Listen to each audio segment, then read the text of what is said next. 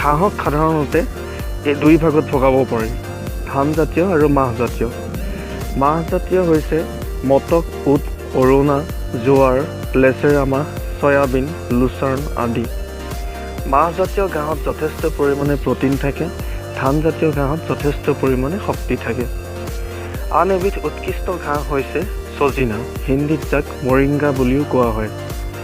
ছজিনাত প্ৰায় 16% প্ৰ'টিন, 2.5% খনিজ লৱণ থাকে।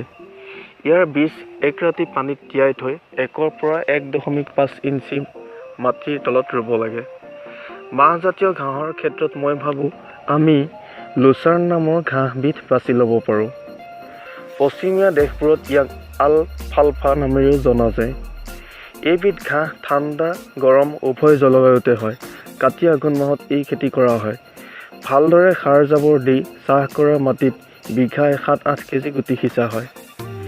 এবাৰ খেতি কৰিলে 2-3 বছৰলৈ থাকে এই ঘাঁহবিধ। এতিয়া আহোঁ ধানজাতীয় ঘাঁহলৈ। যিহেতু প্ৰ'টিন দানা অৰ্থাৎ পশু আহাৰৰ দ্বাৰাও যোগান ধৰিব পাৰি।